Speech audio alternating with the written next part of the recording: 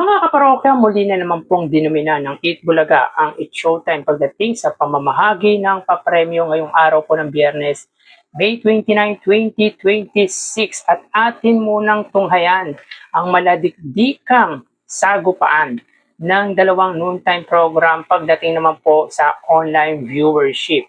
So yun nga po mga kaparokya, umpisahan po muna natin ang online na viewership ng Eat Showtime at ng Eat Bulaga bago ko ibahagi sa inyo ang papremyo na binigay nga po ng dalawang pananghaliang programa. Pero bago natin umpisahan yan guys ay magpapakilala po muna ako sa inyo. Ako nga po pala si Mervin, ang tao sa likod ng YouTube channel na Kaparokya TV. Sa mga kaparokya, kanina nga po ay live ang episode ng dalawang noontime program at kanina po ay absent si Ann Curtis para sa It's Showtime at magpasanggang ngayon ay hindi pa rin po pumapasok si Henyo Master, Joey De Leon, si Wally Bayola at si Ryan Agoncillo. Mukhang alternate po ang pasok ni Ryan Agoncillo sa Eat Bulaga sapagkat meron nga po itong gagawing teleserye sa TV5 na ang title nga po ay The Good Doctor. But anyway mga kaparokya, tara ating simulan ang online viewership ng dalawang bigating noontime shows.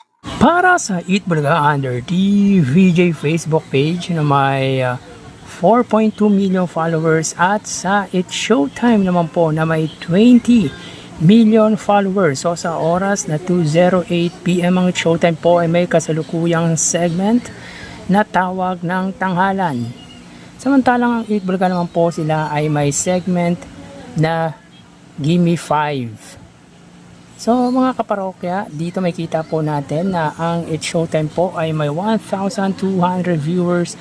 Samantalang ang Eat Bulaga naman po ay may 2,600 live viewers. So again, sa oras na 2:08 PM, ang It's Showtime po ay may 1,200 live viewers at ang Eat Bulaga naman po ay may 2,600 live viewers. So dito as you can see, meron pong lamang or kalamangan ang Eat Bulaga sa It's Showtime na 1,400 viewers. So magawi tayo sa TV Network YouTube channel ng dalawang noontime program para po sa It's Showtime under GMA Network YouTube channel na may 41.3 million subscribers at sa Eat Bulaga naman po under TV5 YouTube channel na may 2.81 million subscribers. So sa oras na 2:09 PM ang It's Showtime po under GMA Network sila ay may 34,000 viewers. Ang Eat Bulaga naman po under TV5 ay may 14,000 viewers. So again mga kaparokya, as of 2:09 PM ang It's Showtime po sila ay may 34,000 viewers at ang Eat Bulaga naman po under TV5 ay may 14,000 viewers. So dito mga kaparokya, pagdating sa TV network ay lamang po ng 21,000 views ang GMA sa TV5. So magawi tayo sa main YouTube channel ng dalawang noontime shows. Para po sa It's Showtime under ABS-CBN It's Showtime na may 2.8 million subscribers at sa Eat Bulaga naman po under Eat Bulaga TVJ YouTube channel na may 1.82 million subscribers. So, sa oras na 2:10 PM ang It's Showtime sila po ay may 70,000 viewers. Ang Eat Bulaga naman po sila ay may 97,000 live viewers. So again, sa oras na 2:10 PM ang It's Showtime po sila ay may 70,000 viewers at ang Eat Bulaga naman po sila ay mayroong 97,000 live viewers. So bali ang total na nakuha ng dalawang noontime shows ay mga kaparokya, bali ang total na nakuha ng It's Showtime ay 106,000 viewers at 113,000 views naman po para sa Eat Bulaga. So sa kanilang Facebook Live, 1,000 views po para sa It's Showtime, 2,000 views naman po sa Eat Bulaga. Sa TV Network YouTube channel, 35,000 sa GMA at 14,000 naman po sa TV5 at sa main YouTube channel, 70,000 sa It's Showtime at 97,000 views naman po para sa Eat Bulaga. So again, 106,000 total views ang naabot ng Eat Showtime, samantalang 113,000 views naman po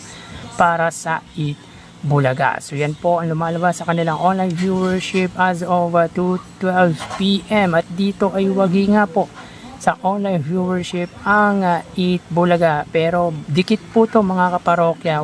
Hindi po umabot ng 10,000 views ang inilamang ng Eat Bulaga. So tara, ating alamin ang papremyong ibinahagi ng dalawang noontime program at ang ads count na nakuha ng Eat Bulaga.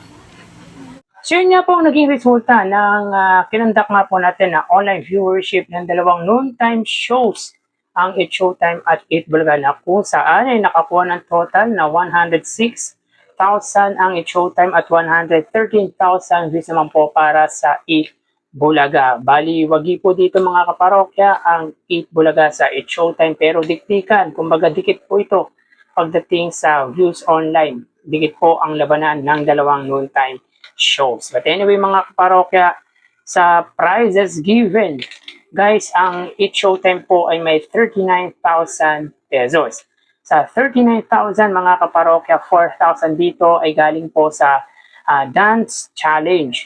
Yung 20,000 ay sa laro pick, sapagkat hindi nga po nakuha ang pot money worth of 200,000 ang naglaro nga po sa nasabing segment. Ang lakas ng loob mga kaparokya, kumbaga sa palaran ang contestant na naglaro nga po sa jackpot round ng laro pick. Iba po talaga kapag may inspirasyon ka po at para sa anak ko ang iyong ipinaglalaban. But anyway mga kaparokya, hindi po pinalad si Kuya, yung naglaro nga po sa jackpot round ng laro pick, na kung saan ang tanong, anong unang lugar ang nabanggit sa kantang Overdrive ng Eraserheads, which is ang kasagutan niya po ay Baguio. Pero kung ako nasa katayuan ni Kuya ay hindi ko rin po masasagot ang tamang kasagutan sa tanong, sapagkat ang unang pumasok agad sa isip ko ay ang Bicol, pero Baguio po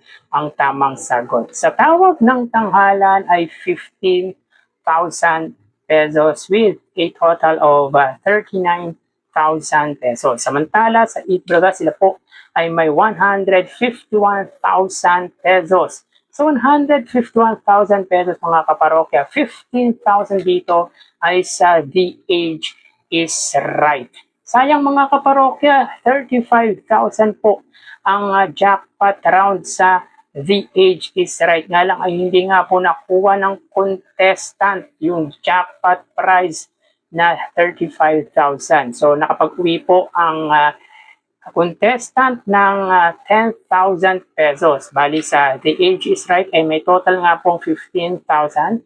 Sa sugod bahay ay 81,000 pesos, sapagkat may binahagi nga yung oro na 15,000 at 6,000 naman po sa umami, plus sa winner nga po na 40,000 at tigpa 5,000 sa mga nakapila, with a total of 81,000 pesos. Sa Gimme 5 ay 55,000 pesos, sapagkat dalawa lamang pong nasagot ng contestant na naglaro sa jackpot round ng Gimme 5 na nagkakalaga nga po ng 20,000, at dalawa lamang din po ang nakasagot sa audience, dahilan kung bakit 55,000 pesos lamang po ang naibigay para sa segment na Gimme 5, including yung sa Bonamin na worth of 5,000. So dito ay dominated ng Eat Bulaga ang Eat Showtime pagdating sa pamamahagi